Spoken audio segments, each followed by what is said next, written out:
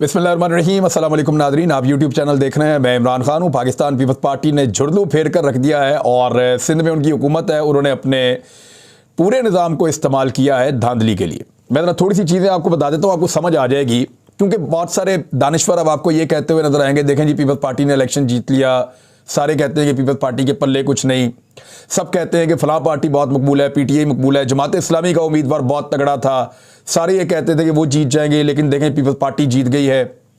तो ये इस किस्म की बातें ज़रूर की जाएंगी, टॉन्ट भी किए जाएंगे, लेकिन एक्चुअली पाकिस्तान का नुकसान हो रहा है क्योंकि माफिया पाकिस्तान में लगातार धांधली करवा रहा है। मैं आपको कुछ चीज़ें बताता हूँ। एक तो जोही में ये इलाका है जहाँ पे दादू के साथ जोही का इलाका है और ये मुराद अली शाह साहब का अपना एरिया है।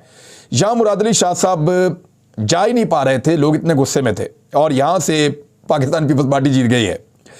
खैरपुर नाथन शाह ये वो एरिया है जहां हम काफ़ी दिनों तक रहे, हमने वहां पे कैंप किए, बेशुमार लोगों को हम मिले, बहुत सारे लोगों को रेस्क्यू किया और बहुत सारी और तंजीमें काम कर रही थी। तो हैरत हुई यहां पे कि खैरपुर नाथन शाह के अंदर हर आदमी मुराद अली शाह और पीपल्स पार्टी को बददुआएं दे रहा था, वहां भी जीत गए। दादू मैंने आपको पहले बताया, वहां से भी जीत गए। तो जादू चला इंटीरियर सिंध के अंदर, और वो जादू कैसे चलता है जब आपकी हुकूमत हो सूबे के अंदर, इंतजामिया आपके कंट्रोल में हो, पुलिस आपके कंट्रोल में हो, टीचर्स आपके कंट्रोल में हो, डॉक्टर्स आपके कंट्रोल में हो, निज़ाम आपके कंट्रोल में हो, तो फिर आप जादू कर लेते हैं। मैं आपको एक छोटी सी चीज़ बताता हूँ। PMLN जब परवेज मुशर्रफ के दौर में वापस आई, इन्होंने इलेक्शन लड़ा और इलेक्शन 2008 वाले में बमुश्किल ये इलेक्शन जीते और फिर कोलिशन गवर्नमेंट बनानी पड़ी। काफ लीग के अंदर से एक धड़ा तोड़ के साथ मिलाया, पीपल्स पार्टी को अपने साथ इत्तेहादी बनाया, फिर इनकी पंजाब के अंदर हुकूमत बनी थी PMLN की। लेकिन जब निज़ाम को इन्होंने कंट्रोल किया, पुलिस पे, ब्यूरोक्रेसी पे, चीज़ों पे अच्छी तरह कंट्रोल कर लिया, तो 2013 के इंतखाबात में ये इतनी बड़ी अक्सरियत के साथ आए कि नन्ही मुन्नी सी अपोजिशन थी, वहाँ पे 2/3 से ज़्यादा अक्सरियत से आ गई PMLN, क्योंकि निज़ाम को इन्होंने कंट्रोल कर लिया था। इसी तरह पाकिस्तान पीपल्स पार्टी बेनज़ीर भुट्टो की शहादत के बाद 2008 में इतनी सीटें नहीं ले सकी जितनी सीटें पीपल्स पार्टी ने 2013 में ले ली। वो कैसे हो गया? क्योंकि निज़ाम उनके कंट्रोल में आ गया था, जादू उनके कंट्रोल में आ गया था। 2018 के इंतखाबात में बड़ी ज़बरदस्त मेहनत की पाकिस्तान तहरीक इंसाफ ने। PMLN जो है उनका केसेस खुल गए, उनका इंप्रेशन खराब हो गया, एस्टेब्लिशमेंट का हाथ उनके ऊपर से उठ गया, तो PMLN जो है वो पंजाब में इलेक्शन हार गई। ये बात है 2018 के इंतखाबात की। लेकिन शहरी सिंध के इलाकों में तो PTI जीती, लेकिन देही सिंध के अंदर पीपल्स पार्टी ने फिर तबाही फेर दी और पहले से बड़ी अक्सरियत के साथ फिर मैदान में आ गए। तो अब PMLN यहां पे जब दोबारा ज़िमनी इलेक्शन हुआ, बार बार हुआ, तो PMLN हारना शुरू हो गई पंजाब में। वजह क्या है? जब निज़ाम इनके हाथ से निकलता है, कंट्रोल कमज़ोर होता है रवायती सियासी जमातों के हाथों में से, तो उसके बाद वो इलेक्शन हारना शुरू करते हैं, क्योंकि उनके हाथ में वो सारे हथियार और टूल्स नहीं होते जिनकी बुनियाद के ऊपर वो इलेक्शन जीत रहे होते हैं। अब सिंध में लगातार तमाम टूल्स जरदारी साहब के हाथ में है, तो एक मरतबा तमाम जमातों को जो चैलेंज करना चाहते हैं धांधली को, उन्हें जोर लगाना पड़ेगा और बड़ा विजिलेंट होकर इलेक्शन लड़ना पड़ेगा। चाहे वो तहरीक इंसाफ है, नून लीग है, जमात इस्लामी है, वहां पे फंक्शनल लीग है, वहां पे GDA एक बहुत बड़ी पार्टी है, दीगर सिंध की जो जमातें, उन सबको जोर लगा के कोशिश करके एक मरतबा इलेक्शन वहां पे जीतना पड़ेगा। फिर ये ग्रिप ढीली होगी रवायती माफिया की जो लगातार इलेक्शन जीतता है। अब कराची की सूरत हाल मैं आपको बता देता हूं कि 80 सीटों पे पीपल्स पार्टी जीत रही है कराची में, 80 नशस्तों के ऊपर। ऐसा झुड़लू फेरा कराची के अंदर। 49 के ऊपर जमात इस्लामी जो पीपल्स पार्टी से बहुत आगे थी, पीपल्स पार्टी के मैदान में थी ही नहीं, जमात इस्लामी जो पीपल्स पार्टी और PTI दोनों से आगे थी, वो 49 सीटों के ऊपर बेचारी इतना पीछे खड़ी है, 30 सीटें नीचे है। PTI जिनके बारे में कहा जा रहा था कि बड़ा जबरदस्त चैलेंज करके बहुत बड़ी जमात के तौर पे सामने आएगी, अब PTI के पास 29 सीटें अभी तक की इतला के मुताबिक हैं। तो जमात इस्लामी और PTI मिलकर 78 पे है और पीपल्स पार्टी अकेली 80 पे है। रिजल्ट इतने लेट क्यों हो रहे हैं, जरा इसके बारे में आपने कभी गौर किया? 20% का टर्नआउट है। कहीं पे 400 वोट पड़ा, कहीं पे 600 वोट पड़ा, कहीं पे 500 वोट पड़ा है, थोड़े थोड़े वोट पड़े हुए हैं। और मामला यह है कि अगर वोटों को 10 दफा भी गिने तो 1 घंटे के अंदर रिजल्ट आ जाता है। तो जो वोट सारा दिन के अंदर पड़ते हैं, लंबा काम, 8 घंटे 9 घंटे की वोटिंग हो रही है, वो अगर सारा दिन भी वोट पड़ते रहे, सारे वोट भी बढ़ जाए, तो 1-1.5 घंटे में रिजल्ट आ जाता है। अभी जब मैं आपसे बात कर रहा हूं कि 24 घंटों से ज्यादा गुजर गए, नताइज पूरे नहीं हुए, और अब तक भी जो नताइज आए हैं वो सिर्फ 170 यूनियन काउंसिल के नताइज है जो मैं आपको बता रहा हूं, क्योंकि ये नताइज पहले कहीं और जा रहे हैं। बहुत सारे लोग बीच में से गायब हो गए। जमात इस्लामी ने क्लेम किया उन्होंने 100 के करीब सीटें जीत ली हैं और 100 से ज्यादा सीटें वो जीत चुके हैं। 25-30 के ऊपर कार्रवाई जारी है। अभी जमात इस्लामी हुकूमत बना सकती है, पीटीआई के साथ मिलकर भी बना सकती है, लेकिन यह मंजूर नहीं है कि पीपल्स पार्टी के साथ मिलकर हुकूमत बनाए। तो पूरा का पूरा माफिया सरगर्म है कि कुछ भी करके पीपल्स पार्टी को सादा अक्सरियत या एक ऐसा इत्तेहाद बनाकर दिया जाए जिसमें पीपल्स पार्टी को फायदा हो और उनका मेयर आ जाए कराची के अंदर। मेयर आएगा तो अगले इंतखाबात में भी धांधली का रास्ता निकालने की कोशिश की जाएगी। फिर एमक्यूएम का भी एक अजीबोगरीब किस्म का मतंजन बनाया जा रहा है और उनको भी लड़ाने की कोशिश की जाएगी। तो गेम ऑन है जनाब। और जब तक के अच्छा कुछ चीजें और भी मैं आपको बता दूं, पाकिस्तान तहरीक इंसाफ के बारे में लोग बहुत ज्यादा पूछ रहे हैं और बात कर रहे हैं कि वो क्यों हार गए। नंबर एक तो उनके पास ग्राउंड पे उनकी कमजोरी है। अब अली जदी वगैरह जोर शोर लगाए, लेकिन ग्राउंड के ऊपर अगर आपके पास प्रॉपर तरीके का इंतजाम नहीं है, आपके लोग इतने मजबूत विजिलेंट नहीं है कि हर जगह पड्डा करें, लड़ाई करें, माफिया का मुकाबला करें और वो ये कहें कि हमने ये इलेक्शन जीतना है, तो फिर आप नहीं कर सकते।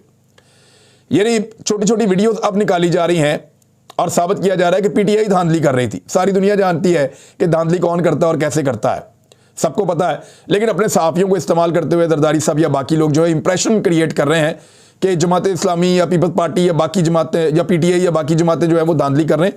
हालांकि पीपल्स पार्टी ने कराची के अंदर झुरलू फेरा है, सिंध के अंदर तो वो फेरते ही हैं। फिर एक और चीज पे आप गौर करें कि टारगेट जो है वो तमाम ने मिलकर पाकिस्तान तहरीक इंसाफ को किया था। सारे इलेक्शन पाकिस्तान तहरीक इंसाफ के खिलाफ लड़ रहे थे। तहरीक इंसाफ को डिलीवर करना चाहिए था, नहीं कर पाए। वहां पे मुकाबला करना चाहिए था, पूरी तरह मुकाबला नहीं कर पाए। और झुरलू का मुकाबला बहुत मुश्किल होता है। धांधली वांधली का मुकाबला तो कारकुन कर लेते हैं, लेकिन झुरलू ये होता है कि पहले से ही वोट आ जाते हैं और पड़े पड़ाए आ जाते हैं और गिने गिनाए आ जाते हैं।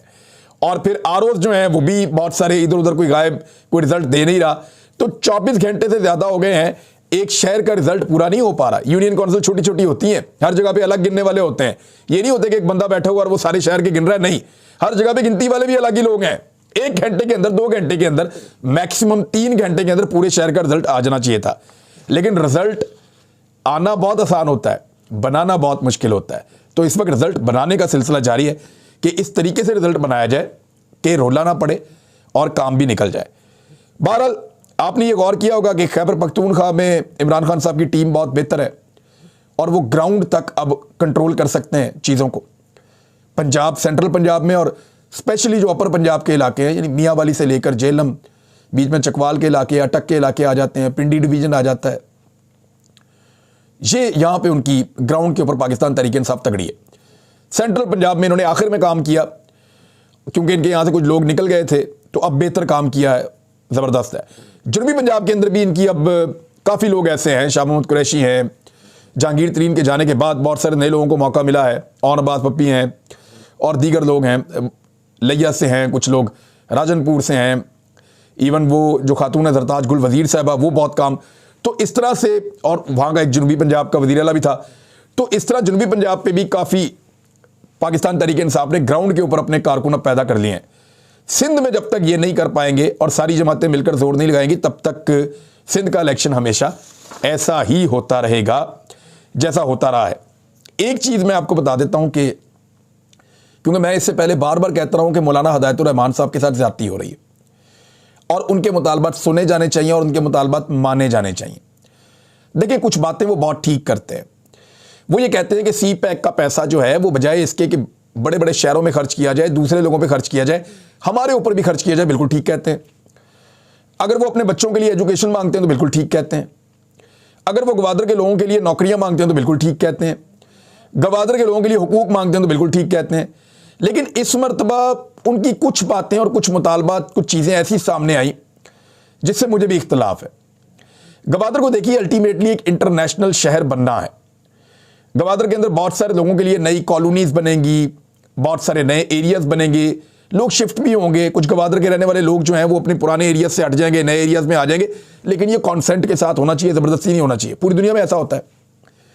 तो एक नया शहर बनेगा और एक बड़ा शहर बनेगा जो बनने जा रहा है, और यहां पे दुनिया भर के शहरी आएंगे। इस मरतबा जो धमकियां दी गई उनमें एक धमकी यह भी थी कि जो चाइनीज शहरी आए हैं गवादर में, वो हमें मंजूर नहीं है, एक भी चीनी यहां पे नहीं होना चाहिए। देखिए यहाँ पे तो अभी यूरोपियंस भी आएंगे, रशियंस भी आएंगे, सेंट्रल एशियंस भी आएंगे, अरब्स भी आएंगे, दीगर मुल्कों के लोग भी आएंगे।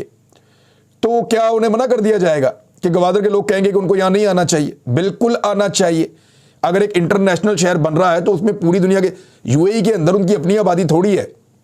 इंडियन, पाकिस्तानी और गोरे और रशियन और सेंट्रल एशियन ये ज्यादा है, इनकी तादाद बहुत ज्यादा है, ये तो मिलियंस के अंदर है, उनकी अपनी तादाद कम है। तो यूएई ऐसे ही बना है ना। तो अगर गवादर के अंदर बैरून मुल्क से सरमायाकार आएंगे, मुख्तलिफ शक्लों के, मुख्तलिफ रंगों के, मुख्तलिफ ज़बानें बोलने वाले, वो लोग अगर अपना पैसा लाकर काम करेंगे तभी तो ये एक जदीद तरीन शहर बनेगा। और ये होना चाहिए, दुनिया भर के ताजिर आने चाहिए। तो ये जो एक मुतालबा आया था और एक ये कहा गया था कि हम एयरपोर्ट भी नहीं बनने देंगे, जो इंटरनेशनल एयरपोर्ट गवादर में बनना है, ये ज्यादती है और ये गलत है और ये नहीं होना चाहिए। जो बाहर से आए उनको वेलकम किया जाना चाहिए। जहां तक गवादर के शहरियों के मुतालबात हैं वो बिल्कुल जायज़ हैं, उनके मुतालबात माने जाने चाहिए, उनके मुतालबात के ऊपर गवर्नमेंट को जायज़ उनके हकूक उनको देने चाहिए।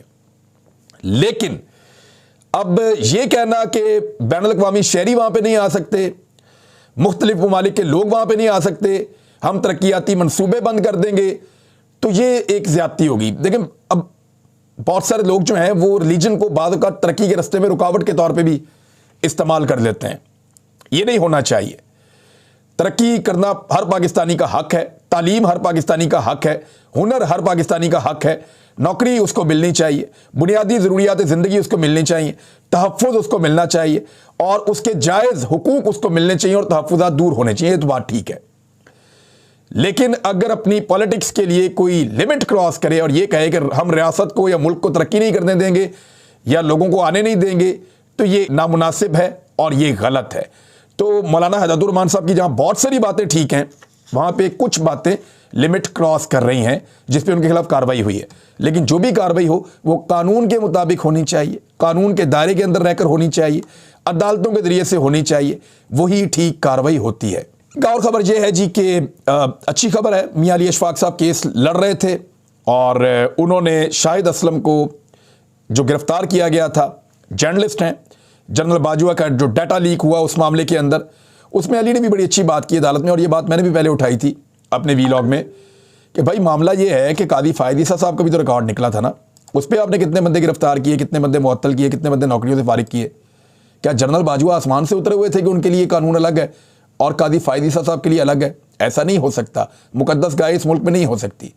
अगर कोई एक्ट है या कानून है तो वो सबके लिए होना चाहिए, तमाम लोगों का। और उसने ये कहा अली ने कि जनाब आप अपना FBI का डाटा महफूज करें ना, साफ़ी ने अगर खबर निकाली है तो उसका क्या कसूर है? तो उसके बाद उनको जुडिशल कर दिया गया है और उसके बाद जो है वो अब ज़मानत के लिए अप्लाई करेंगे। मुझे उम्मीद है कि कल जो है वो ज़मानत हो जाएगी। इसके अलावा परवेज़ इलाही साहब को फारिग कर दिया गया है पार्टी से। चौधरी शुजात हुसैन साहब ने उनकी पार्टी रुकनीत मुअत्तल करके उन्हें शोकाज नोटिस जारी कर दिया है, जबकि मुस्लिम लीग काफ पाकिस्तान तहरीक इंसाफ के अंदर जम हो रही है, ये खबर भी आ गई है और ये एक बहुत बड़ी खबर है। मुनस इलाही और चौधरी परवेज़ इलाही का बड़ा समझदाराना फैसला है। बजाय इसके कि वो चंद सीटें इमरान खान साहब से मांगें, वो उनके आसपास बैठकर कौन कौन से उम्मीदवार को कहाँ से इलेक्शन लड़ना है इसके बारे में बड़े फैसलों में पाकिस्तान तहरीक इंसाफ के साथ शामिल हो सकते हैं। और परवेज़ इलाही साहब बहुत तजर्बाकार आदमी है और एस्टेब्लिशमेंट के साथ भी उनके ताल्लुकात हैं। तो मेरे ख्याल में इमरान खान साहब अगर उनको अपनी पार्टी के अंदर लेंगे और वो अपने आप को जम करेंगे पाकिस्तान तहरीक इंसाफ के साथ, वो शामिल होंगे, तो उनको काफ़ी मुकाम भी मिल जाएगा और जगह भी मिल जाएगी और फिर मुमकिन है कि परवेज़ इलाही साहब दोबारा पंजाब के वज़ीर आला भी बन सकते हैं। ये मुमकिन है अब, क्योंकि वो पाकिस्तान तहरीक इंसाफ के प्लेटफॉर्म से इलेक्शन लड़ने जा रहे हैं। तो ये एक बड़ी खबर है। एक और इमरान खान साहब ने कहा है कि कौमी असम्बली में वापस जा सकते हैं। उसकी रीज़न क्या है? देखें, पाकिस्तान इलेक्शन की तरफ तो चला गया, अब सिर्फ रह गया कौमी असम्बली वाला मामला।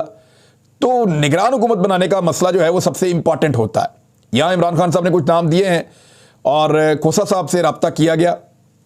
ख्वाजा आसिफ साहब ने यह क्लेम किया कि हमने उनसे रब्ता किया है जो नाम इमरान खान साहब ने दिया, तो उन्होंने मादरत कर ली है कि मैं नहीं बनना चाहता निगरान वज़ीर आला पंजाब।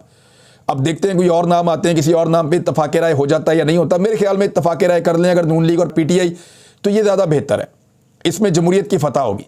लेकिन अगर मामला इलेक्शन कमीशन के पास जाता है और वो जाकर फिर कहीं और मशवरे करते हैं तो फिर ये जमहूरी या जमहूरी इक़्तिदार की या जमहूरियत की फतह नहीं होगी। तो पॉलिटिकल पार्टीज़ को खुद ये फैसला कर लेना चाहिए। दूसरी जानिब इमरान खान साहब ने कौमी असम्बली के अंदर उन्होंने कहा निगरान सेटअप के लिए वापस जा सकते हैं। यानी अगर तारीख उनको मिल जाती है इलेक्शन की और ये बता दिया जाता है कि फ़लाँ महीने में इलेक्शन हो जाएगा, सारे मिलकर इलेक्शन लड़ेंगे, तो अगर उनको इलेक्शन लड़ने की तारीख मिल जाती है तो उसमें इमरान खान साहब कौमी असम्बली में वापस जाने का फैसला कर सकते हैं और इस पर मुशावरत हो रही है। और क्योंकि वो नहीं चाहते कि राजा रियाज और शहबाज शरीफ मिलकर निगरान हुकूमत बना दें, इमरान खान साहब चाहते हैं कि जो निगरान हुकूमत बने वो पाकिस्तान तहरीक इंसाफ की मुशावरत के साथ बने, क्योंकि निगरान हुकूमत ही असरअंदाज हो सकती है आने वाले इंतखाबात पे। तो वो बेहतर ये होगा कि इमरान खान साहब और शहबाज शरीफ साहब के दरमियान जो खतो किताबत हो उसके नतीजे के अंदर एक निगरान हुकूमत बन जाए। तो नाज़रीन, कुछ और खबरें हैं आपके साथ बाद में शेयर करते हैं। PMLN एक नए बयानिए के ऊपर और एक नई चीज़ के ऊपर काम कर रही है, बहुत इंपॉर्टेंट है, आपके साथ शेयर करूंगा मैं अगले व्लॉग में। कुछ और चीज़ें भी वो भी बताता हूं। अब तक के लिए इतने, अपना ख्याल रखिएगा, अपने इस चैनल का भी। अल्लाह हाफ़िज़।